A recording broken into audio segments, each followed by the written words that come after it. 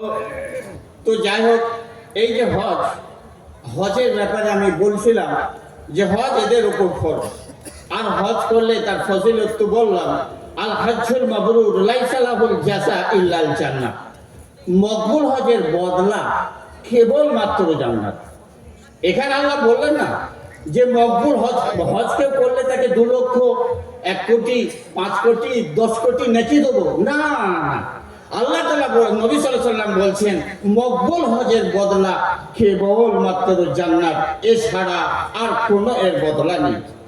অপর এক হাদিস, আল হজ্জ ওয়াল উমরা আল উমরাতু ইলাল উমরা আল উমরাতু ইলাল উমরা কাফারাতুন লিমা বাইনাহুমা ওয়াল হজ্জুল মাবরুর লাইসা লাহুল জাযা ইল্লা জান্নাহ।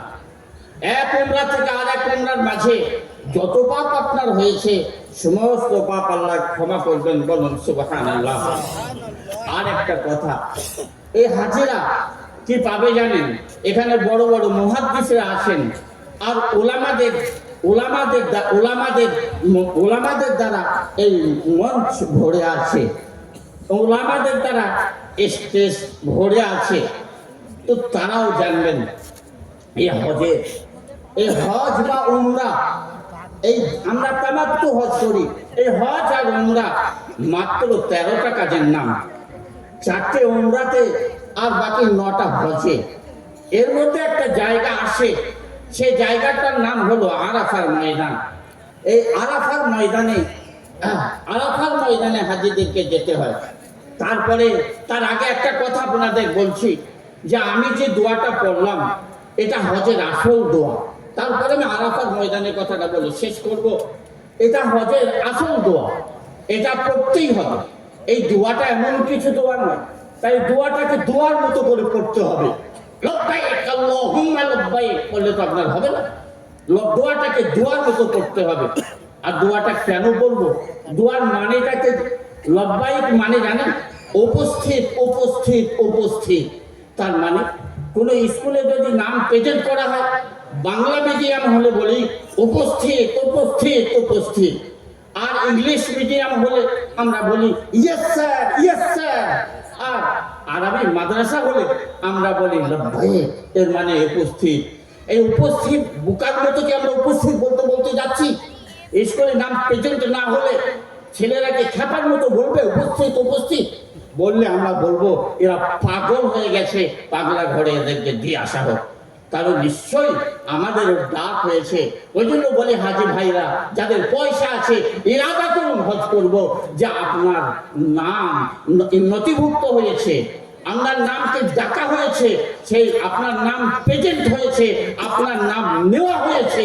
সেই প্রেজেন্ট হওয়াটা আজ আপনি লব্বাইক বলতে বলতে, আপনার বাড়ি থেকে লব্বাইক বলছেন, এয়ারপোর্ট থেকে লব্বাইক বলতে বলতে, আপনি মক্কা পর্যন্ত লব্বাইক বলতে বলতে আপনি যাচ্ছেন।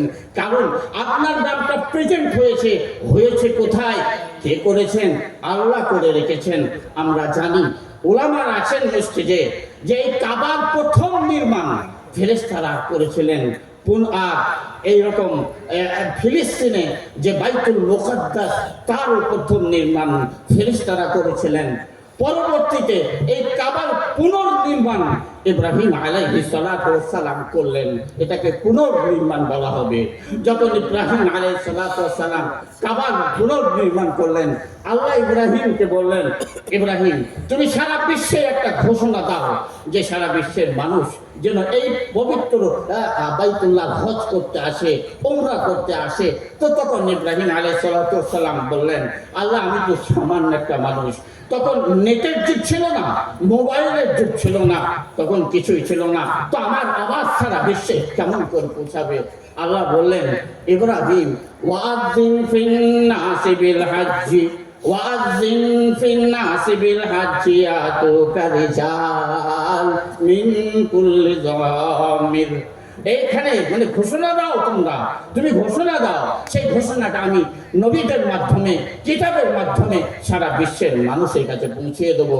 আমার সর্বশেষ নবী খতামুন নবিয়্যিন, আমাদের সর্বশেষ নবী সাইয়্যিদুল মুরসালিন, আমাদের সর্বশেষ নবী, আমাদের সুপারিশ করনেওয়ালা নবী, সেই নবীর মাধ্যমে তার কোরআনের মাধ্যমে আল্লাহ আমাদের কাছেও পৌঁছাইলেন এই বার্তাটা যে না, আমাদের সকলকে যেতে হবে, আর এই লব্বাইক পড়তে পড়তে যেতে হবে। তাহলে আমরা বুঝলাম এই লব্বাইকের যে লব্বাইকটা আমি পড়লাম এর প্রেক্ষাপটটা কি, এটা হলো এর প্রেক্ষাপট।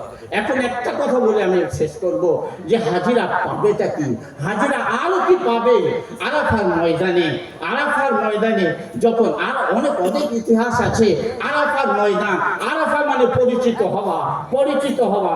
ওখানে আদম আলাইহিস সালাতু ওয়াস সালাম আর মা হাওয়ার মধ্যে ওখানে মানে পরিচিতি ঘটেছিল। যারা জান্নাত থেকে বিতাড়িত হয়েছিলেন, জান্নাত থেকে যাদেরকে উলঙ্গ জান্নাতের পোশাক খুলে নিয়ে পৃথিবীতে পাঠানো হয়েছিল, সেই মা হাওয়া আর আদম আলাইহিস সালাতু ওয়াস সালামের পুনরায় পরিচয় ঘটেছিল ওই আরাফার ময়দানে। তারা এই দোয়া করতে করতে ওখানে যাচ্ছিলেন, রব্বানা যালামনা আনফুসানা, হে আল্লাহ আমরা আমাদের উপর অত্যাচার করেছি, ওয়াইল্লাম তাগফির লানা,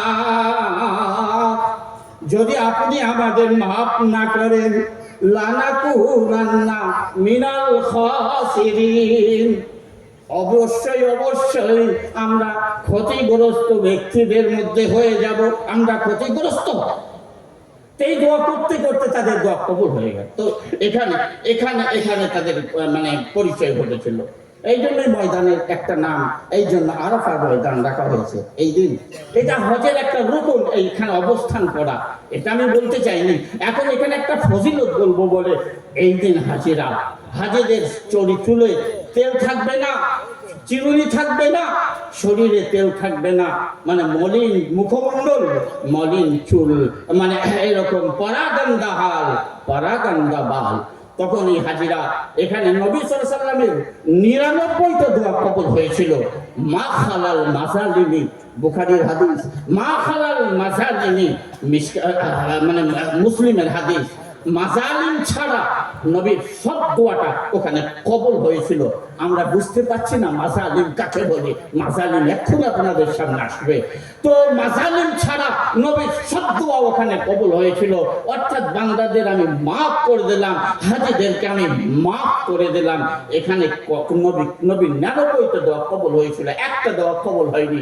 এই আরাফার ময়দানে হাজিরা এই হাত তুলে কেঁদে দোয়া করেন।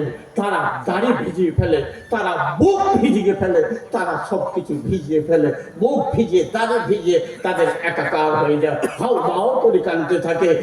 আমি তো বলতে থাকি এই ময়দানে তুমি এমন করে কাঁদো হাজি, তুমি এমন করে কাঁদো যে একটা ছোট বাচ্চা যেমন মায়ের আঁচল ধরে একটা চকলেটের জন্য কাঁদে, যতক্ষণ পর্যন্ত মা সেই চকলেটটা না দিচ্ছে তো বাচ্চা তার আঁচল ছাড়বে না। এইরকমই আমাকেও মনে করতে হবে, আমার দিন বলে দেবে, আমার দিন সাক্ষী দেবে, আমার দিন শাহাদাত দেবে যে না, আমার দোয়া কবুল হয়েছে, আল্লাহ শুনে নিয়েছেন, আমারও 99টা আমারও দোয়া কবুল হয়েছে। তো এখানে যখন হাজিরা কেঁদে দোয়া করেন, আল্লাহ তার ফেরেশতাদেরকে বলবেন যাও তুমি হাজিরা কি চাচ্ছে, তখন ফেরেশতারা বলবেন ইয়া আল্লাহ আপনি তো আলাম, আপনি তো সব জানেন, সব জানতে হ্যাঁ আপনি জানেন, তা সত্ত্বেও কেন বলছেন? তখন তারা বলবেন না যাও দেখে এসো না। তো তারা দেখতে যাবেন, ফেরেশতারা ফিরে এসে বলবেন হাজিরা দুটো জিনিস চাচ্ছে, ইয়া আল্লাহ তারা জান্নাতকে তাদের জন্য ওয়াজিব করে দিতে চাচ্ছে আর জাহান্নাম তাদের উপর হারাম করতে চাচ্ছে। আল্লাহ তাআলা তখন ঘোষণা দেবেন মাগফুরুল লাহুম, আমি তাদের ক্ষমা করলাম, বলুন সুবহানাল্লাহ। এই মাজালিম ছাড়া সব দোয়া কবুল হবে। মাজালিমটা কি আমরা এখন বুঝি নাই, সেটা বুঝতে হবে। মাজালিম মানে, এখন সময় তো কম, এটা বলতে গেলে এখন 2-3 ঘন্টার প্রোগ্রাম, এখন তো সময় কম। মাজালিম মানে আমি একটা বলে দিচ্ছি, বান্দাদের হক। ওই যখন আমাদের চৌধুরী সাহেব হযরত চৌধুরী সাহেব বলছিলেন বান্দাদের হক মাফ হবে না, তো নবী যখন দোয়া করলেন আল্লাহ বললেন ভাই ওই জুলুম করা অর্থাৎ বান্দাদের হকটা ছাড়া সমস্ত মাফ করে দিলাম হাজীদেরকে। কিন্তু এরপরের রাতটা মানে আজ তো 9 জিলহিজ্জায় আরাফাতে অবস্থান করতে হবে। 9 জিলহিজ্জার দিন গত রাতে 10 জিলহিজ্জার রাত ওলামারা আছেন মুজদালিফার ময়দানে অবস্থান করা উচিত, হাজীদের জন্য অবস্থান করতেই হবে। এই রাতটাকে ব্যাপারে আল্লাহ নবী সাল্লাল্লাহু আলাইহি ওয়াসাল্লাম বললেন এই রাতটা বলুন লাইলাতুল কদর থেকে উত্তম, বলুন সুবহানাল্লাহ। আমরা লাইলাতুল কদর সারা জীবন খুঁজে পাই কি না সন্দেহ আছে। আমরা হানাফি মাযহাবের কিছু মানুষ বা কিছু উলামারা ভুল বুঝে নিচ্ছি যে 27 রমজান লাইলাতুল কদর, मुतय्यन तौर पर 27 रमजान लाइलातुल कदर, ये कहना गलत है। মানে লাইলাতুল কদরটা কবে হবে আমরা জানি না, সারা বছরেও হতে পারে আর রমজান মাসের বিজয় রাতেও হতে পারে, একটা লম্বা আলোচনা। কিন্তু হাজিরা ওই রাতটা ওই লাইলাতুল কদর থেকে ও উত্তম। তাহলে যে হাজি ওখানে হজ করতে যাবেন তাকে ওই মুজদালিফার ময়দানে অবস্থান করতে হবে। তাহলে অবস্থান করলে লাইলাতুল কদর থেকে উত্তম রাতটা আপনি পেলেন কি পেলেন না বলুন ফাঁকি না। আর লাইলাতুল কদরটাকে আমরা জানি ইন্না আনজালনাহু ফি লাইলাতিল কদরি ওয়া মা আদরাকা মা লাইলাতুল কদরি লাইলাতুল কদরি খায়রুম মিন আলফি শাহর। লাইলাতুল কদরটা 1000 মাস থেকে উত্তম। যখন 1000 মাস থেকে লাইলাতুল কদর উত্তম আর এই রাতটা তার থেকেও যদি উত্তম হয় তাহলে কতটা উত্তম সেটা বলা হয়নি। কতটা উত্তম বলা হয়নি। উত্তম 10,000-এর হতে পারে, 20,000 হতে পারে, 50,000-এর হতে পারে, সেটা তো বলা হয়নি। যা উত্তম বলবো। আর একটা শেষ পাওনা এখানে আমাদের কি পাবো জানেন? এই যে বান্দাদের হকটা আল্লাহ তাআলা ওখানে মাফ করলেন না। এখানে আজ ফজরের নামাজ পড়ে আউয়াল ওয়াক্তে নবী সাল্লাল্লাহু আলাইহি ওয়াসাল্লাম জাবালে কুসার কাছে গিয়ে তার পদদেশে গিয়ে দোয়া করলেন। কোরআন বলছে ইনদাল মাশআরিল হারাম, মাশআরে হারামের কাছে এসে নবী সকালে দোয়া করলেন। এই দোয়া যখন করলেন, দোয়া করছেন কেঁদে কেঁদে, আমরাও স্বাভাবিক অবস্থায় দোয়া করি কেঁদে দোয়া করি। তো নবী ওখানে কেঁদে দোয়া করছেন, সাহাবাদেরকে নিয়ে দোয়া করছেন। বিদায়ী হজের কথাই না, ওটাই নবীর প্রথম হজ, ওটাই নবীর শেষ হজ। কেঁদে দোয়া করছেন। এমতো অবস্থায় নবী মুচকি হেসে ফেললেন। আর হাদিসের মধ্যে আছে বাদাত নামাজুহু, সামনের দাঁতগুলো বার হয়ে গেল। নবী মুচকি হাসলেন, কারণ নবী অট্ট হাসি হাসতেন না, নবী মুচকি হাসলেন আর সামনের দাঁতগুলো বার হয়ে গেল। এটা ব্যতিক্রমী আমল হলো। দোয়ার সময় আমরা কাঁদি, দোয়ার সময় হাসি না, ফ্যাক করে হাসি না, বললে পাগল। তো দোয়ার সময় কাঁদা। তো নবী যখন হাসতে লাগলেন, সাহাবারা ব্যতিক্রমী আমল দেখলেই প্রশ্ন ছুড়ে দিতেন। তখন সাহাবারা বললেন ইয়া রাসূলুল্লাহ, আপনি কেন হাসছেন? তো নবী তখন যে উত্তর দিয়েছিলেন এটাই আমাদের শুনতে হবে, আর এটাই শোনানোর জন্য এতটা ভূমিকা আপনাদের সামনে তুলে ধরলাম। সেই উত্তরটা নবীর কি ছিল? যে আমি যখন আরাফার ময়দানে বললাম আল্লাহ হাজিরা যদি কোনো বান্দাদের হক মেরে দেয়, আল্লাহ তুমি সেটা মাফ করে দাও।